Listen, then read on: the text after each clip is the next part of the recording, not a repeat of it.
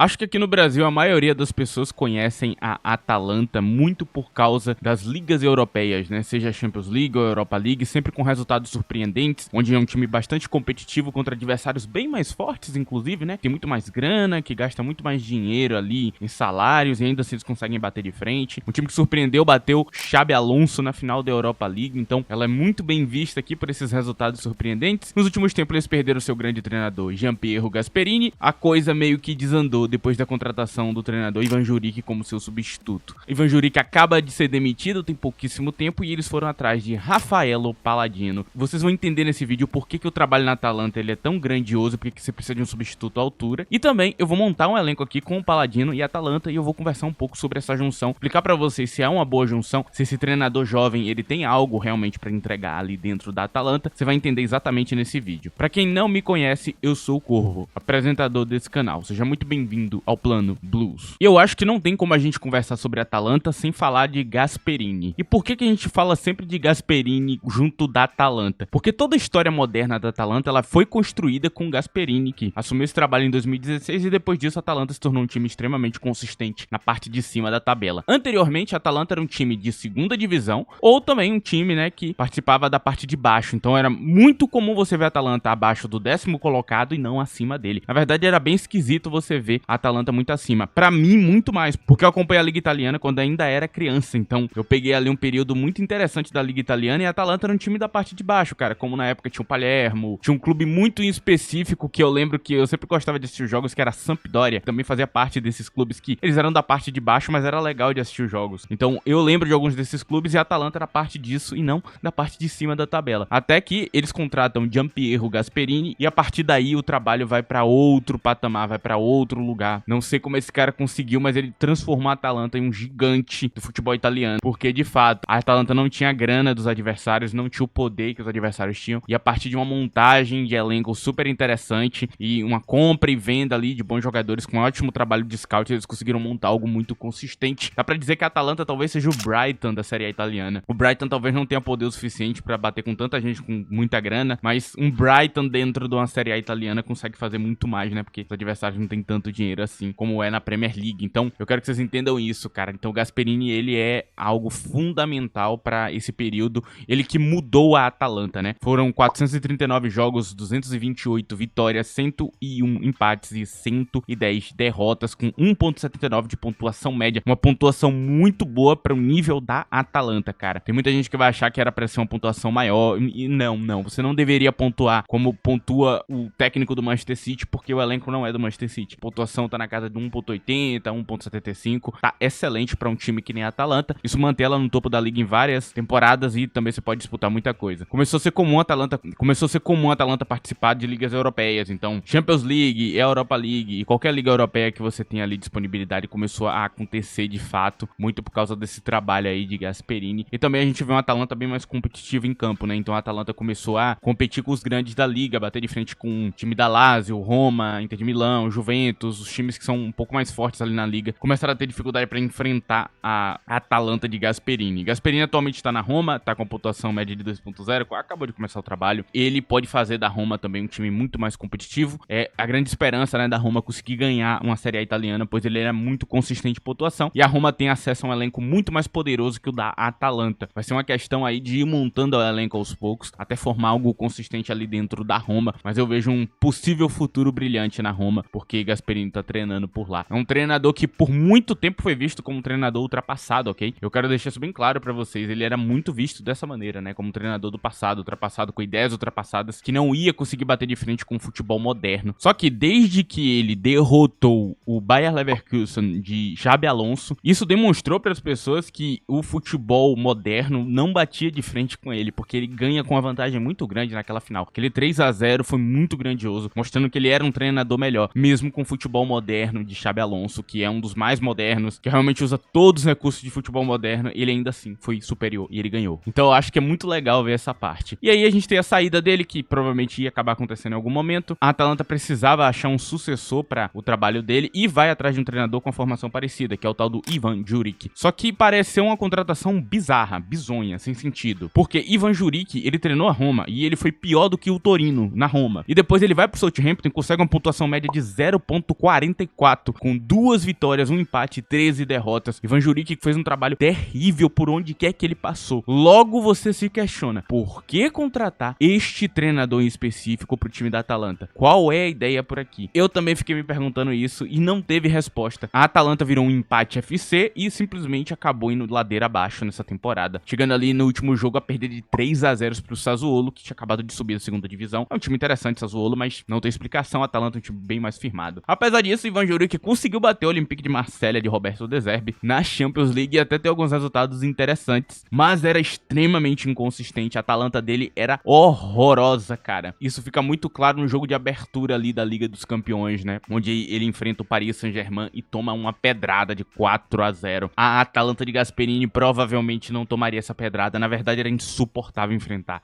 a Atalanta de Gasperini, era bem mais difícil. Tava um pouco claro que o time desceu muito de nível e que a escolha foi terrível pra dar continuidade ao trabalho de Gasperini, né? E aí surge agora o nome de Raffaele Palladino, um treinador que eu não gostava, mas eu vou explicar pra vocês o que aconteceu. Ele era treinador do Monza um tempo atrás. O Monza era um time bem interessante ali, porque o Monza era um time que podia perder pro último colocado, mas ainda assim fazer um jogo muito bom contra os primeiros, então essa era uma parte legal. Só que eu não achava tão legal assim o futebol, não achava uma coisa tão da hora. Só que aí eu descobri uma coisa quando ele foi pra Fiorentina, cara. Eu descobri que Palladino não só era um treinador jovem muito talentoso, como ele tava muito limitado ao elenco do Monza. E isso acontece muito com o treinador quando ele assume um trabalho em um time menor, porque você não consegue ver o 100% do cara, porque ele tem umas peças muito fracas, então ele não consegue botar a ideia dele em campo. E indo pra Fiorentina, ele ainda não colocou o 100% dele em prática, pra você ter noção. Na Fiorentina ainda não era o 100%. Só que ainda assim, dava pra ver que com a melhora dos jogadores, com um jogador com mais bola no pé, com um jogador produzindo mais o jogo, deu pra ver que tinha muita qualidade ali, que tinha um treinador realmente interessante. Eu não sei se ele vai dar certo, até porque é um treinador de 41 anos de idade, com 2 trabalhos apenas, né? Treinou o Monza e a Fiorentina. Na Fiorentina foram 53 jogos, 26 vitórias, 12 empates e 15 derrotas, com 1,70 de pontuação média. Eu não sei se esse cara, ele é perfeito pra Atalanta, é um risco. Só que não é tão arriscado assim. Por quê? Palladino, ele mantém as formações de Gasperini, então ele vai conseguir usar boa parte delas, né? O 3-4-2-1, o 3-5-2 e também ele vai conseguir utilizar, né? 4-4-2 e talvez Palladino mantenha esses padrões. Isso já é bastante interessante. O futebol também é meio parecido, de certa forma, só que um pouquinho diferente. Esse aqui é um treinador um pouquinho mais moderno e tudo mais, com ideias mais modernas. É um treinador jovem que tá surgindo agora. Eu acho ele super interessante e ele manteve o padrão dele que ele mostrou no Monza, que é ser um treinador onde você consegue bater de frente com qualquer um. A Fiorentina dele era muito chata. Aqui no canal eu insisti bastante, né, que o grande adversário pro Chelsea seria ou a Fiorentina ou o time do Real Betis. Achei que seria a Fiorentina, eu ainda falei isso várias vezes, né, eu imaginava que a Fiorentina ia chegar na final e não o Real Betis, que seria bem difícil, porque realmente o trabalho dele é excelente. Pra uma primeira temporada num clube, você tendo 41 anos de idade, saindo de um clube pequeno, eu acho que o trabalho de Palladino foi maravilhoso na Fiorentina, foi muito bom. E tem tudo pra ele dar certo aqui no time da Atalanta. O elenco combina muito com a ideia dele e ele pode fazer várias coisas com esses jogadores que já estão comprados hoje na Atalanta. Chega ao ponto de eu dizer pra vocês que ele não precisa nem sequer contratar nenhum jogador. Eu acho que ele consegue usar o elenco inteiro como tá hoje. Só que é claro, a Atalanta vai passar por grandes mudanças. Aqui, meu veredito final sobre Palladino, antes de eu mostrar meu elenco montado e as peças que eu trouxe pra juntar aqui e fazer um elenco mais forte, é que ele não vai conseguir manter os padrões de Gasperini, mas eu acho que ele vai manter uma pontuação parecida. Então, talvez não seja tão competitivo contra times mais fortes ali. Talvez ele não consiga fazer as campanhas de UCL de Gasperini, que realmente surpreendiam. Talvez ele não consiga ganhar uma Europa League, por exemplo. Talvez ele ainda não consiga. Só que é um treinador que vai evoluir junto com esse elenco e que também é um treinador que consegue usar tudo que tem ali muito bem. Então, a tendência é que a Atalanta seja um time diferente, mas não ruim. E eu acho que a pontuação vai ser boa, ok? Eu acredito que na Liga ele deve pontuar muito bem. Eu acho que a Atalanta deve se manter ali na parte de cima, se ele conseguir, né, manter o trabalho dele. Lembrando que é um treinador muito jovem e tá sujeito a dar errado e dar merda. Enfim, e eu venho comentando de Palladino aqui no meu Twitter, cara. Tá aí na tela, @ddcorvo. Lá eu comento futebol diariamente e lá eu tava comentando, né, a chegada dele. Fiz alguns posts por lá. Então se você quiser esse contato mais direto, mais rápido, é lá no meu Twitter, cara. E também, cara, se você estiver gostando desse vídeo, não esqueça de deixar o like nesse vídeo, ok? Ajuda bastante o canal. O like ajuda muito mesmo. E também a opção de hype que tem na aba de comentários no smartphone. Você me dá um hypezinho gratuito aí. Esse vídeo chega em mais pessoas e ajuda bastante o meu canal. Enfim, agora eu vou mostrar pra vocês o elenco no Transfermarkt e as peças que tem pra sair, pra vender, que vão mudar. E depois eu vou mostrar o meu elenco montado com as peças que eu trouxe, que eu acho interessante pro time da Atalanta. Bom, cá estou eu no meu Transfermarkt pra gente ver o elenco. Temos os goleiros aqui, tem Sportiello, que é um bom número 2 até, ou número 3 eu diria, né, pela idade dele. Temos Karnečák como número 1, não é um dos meus goleiros favoritos, né, não curto tanto ele. A zaga eu gosto bastante, eles têm alguns talentos jovens, Tem o tal do Honest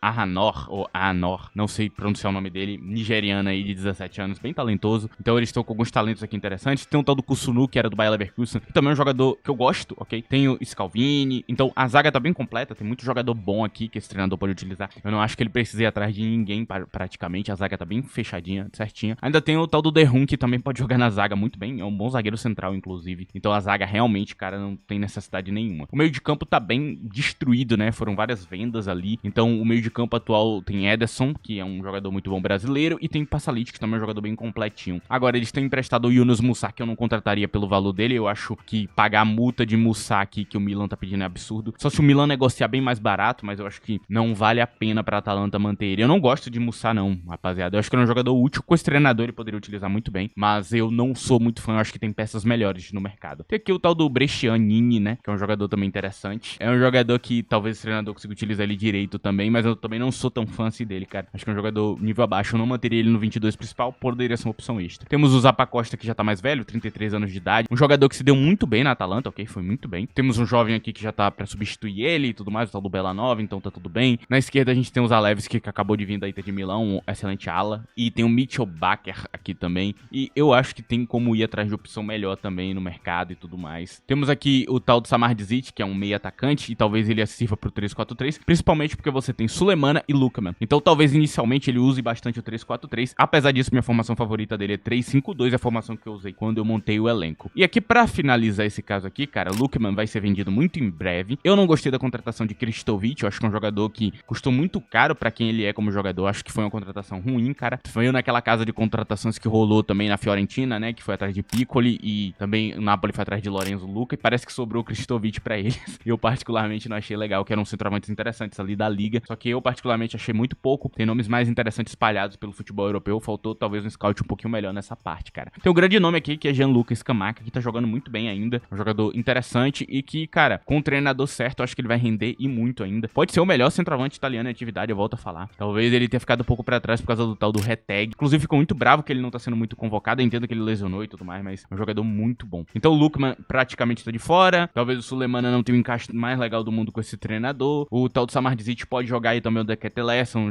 peças interessantes, e a partir disso eu acho que ele vai montar alguma coisa ali, né, e montar o esquema tático dele. São algumas peças aqui que estão firmadas e outras nem tanto. Agora, como eu mostrei pra vocês esses jogadores aqui, já falei quem vai mais ou menos sair, quem não vai, quem é interessante e quem não é, agora eu vou mostrar pra vocês o meu elenco montado. Tô aqui no meu Line-Up Builder, construí aqui o meu elenco, trouxe algumas peças interessantes. Eu acho que por um valor extremamente razoável o time da Atalanta pode subir muito de nível. Tem alguns que são prioridades, que eu vou falar aqui pra vocês vão entender porque eles são prioridades. Vamos começar pelo gol, nós temos aqui Karnecek e Gabriel Brazão. Sim, Gabriel Brazão do Santos. Eu traria Gabriel Brazão pra disputar com o Karnecek. Eu não confio nem um pouco no Karnecek, eu confio em Gabriel Brazão. Acho o Brazão um excelente goleiro. Eu acho que o Brazão pode ajudar muito o Atalanta e não tem muito time interessado nele, assim, de time grande. Eu acho que a Atalanta poderia ser um lugar pra ele mostrar o futebol dele. Eu faria uma contratação dele sim, cara. Acho que o Karnecek precisa de disputa, porque atualmente ele não tem, e eu não acho ele esse goleiro todo. Acredito que Karnecek ele tem qualidade, mas ele falha bastante. Eu prefiro muito mais o goleiro atual da Roma, ok? Eu acho que o goleiro atual da Roma traz bem mais segurança do que Karnecek, que falha muito. Não sou fã dele, ok? Não gosto mais tanto dele. No passado eu já gostei bastante de Karnecek quando ele surgiu, mas hoje em dia eu fiquei bem decepcionado com o que ele faz em campo. Acho que é um goleiro bem falho. Assim, ele tem talento, mas ele falha bastante. Nós temos aqui como zagueiro central Djincic e Isaac Rien. Eu prefiro bastante Djincic, eu acho que Djincic traz bem mais qualidade. É um jogador que lê melhor jogadas e tudo mais, é mais experiente. Eu gosto de Djincic, ok? Eu acho que é um zagueiro bem subestimado, ele poderia estar na Inter de Milão facilmente. Acredito que ele tem qualidade pra isso. Nós temos aqui Kolasinac e Ahanor, que eu falei, né? O jovem talento. A tendência é o jovem talento botar Kolasinac no banco. Kolasinac é um zagueiro bem odiado aí por uma galerinha que gostava do Arsenal, né? Se eu não me engano, ele foi jogador do Arsenal, a galera não curte muito ele. Na Atalanta, rapaziada, ele joga bem, ok? Ele não joga mal, não. As partidas do Kolasinac, ele é um bom zagueiro. Um zagueiro que mantém bom nível. E a experiência dele, eu acho que é muito bem-vinda. Esse treinador, ele usa bastante jogadores mais experientes, bem. Ele gosta do jogador que já sabe exatamente o que fazer em campo e tudo mais. Ele ganha benefícios com isso do que usar jovens. Então, a tendência é que ele use jogadores mais velhos mesmo ali em campo. Então, eu acredito que é um bom jogador pra jogar com o Paladino. E nós temos aqui Scalvini e Kusunu. E é interessante, porque pode ser que ele use Scalvini na esquerda ou o próprio Kusunu na esquerda e faça esses três serem os titulares, porque pra mim são os três melhores, né? Scalvini e Kusunu são dois jogadores muito bons. Mas eu coloquei eles aqui porque eles são jogadores da direita e esses dois são da esquerda, então só pra manter direitinho aqui eu coloquei, mas existe esse mundo onde ele usa Scalvini em multiposição, e aí ele pode usar Kusunu e Scalvini ao mesmo tempo. Talvez talvez fisicamente seja mais interessante, porque os dois têm um físico bem interessante ali. Para jovens jogadores, talvez ele ganhe um a mais com isso. Eu usei muito 3-5-2 porque, volto a falar, é a formação que eu mais gosto dele. Eu acho que a formação que melhor funciona na Fiorentina, eu achava melhor o 3-5-2. Então eu acho que dar continuidade a ele na Atalanta seria interessante. Nós temos aqui como primeiro volante Georg Schutten e De Roon. Cara, assim, De Roon ele já tá com a idade um pouquinho avançada. É um bom volante, é um bom zagueiro central também. E dá pra manter ele no elenco porque ele é uma peça bem útil, mas você precisa de alguém mais jovem pra liderar. Eu acho que Schutten é um jogador que tá num nível muito bom na carreira. Ele já foi da Série A italiana, ele é um jogador interessante lá. O PSV usa ele como uma peça muito interessante. A seleção da Holanda também convoca bastante ele, né? Ele é um jogador que joga lá muito bem. Até tá acima de jogadores com bem mais talento que ele na seleção da Holanda. Então é um jogador de segurança. É um primeiro volante com uma segurança física muito boa ali, que realmente sozinho consegue fazer muita coisa e ainda tem habilidades técnicas impressionantes pra fazer gol, pra criar lances e tudo mais. Então ele é bem criativo, ele tem uma circulação de bola acima da média. Ele ainda consegue ser uma figura que entrega um pouco à frente. Com esse treinador, ele vai ter oportunidade de poder marcar seus gols ali, então é interessante. Eu acho que a junção, principalmente, é muito forte, né? Acredito que é o jogador que eu priorizaria aqui nesse elenco. Talvez seja a peça mais importante, né? Eles acharem um primeiro volante realmente de qualidade ali. Eu iria em Georg Schutten, ok? Eu acho que é o suficiente. Aqui a gente tem como um CM pela direita Lazar Samardzic, Pasalic. São dois atacantes de espaço muito bons. Samardzic traz um a mais, é um driblador, né? Ele é muito poderoso nisso. Samardzic tem um passe bem mais qualificado e tem um passe-chave muito bom, então ele vai ser muito importante para fazer a bola chegar no ataque nesses dois centroavantes com muito mais qualidade.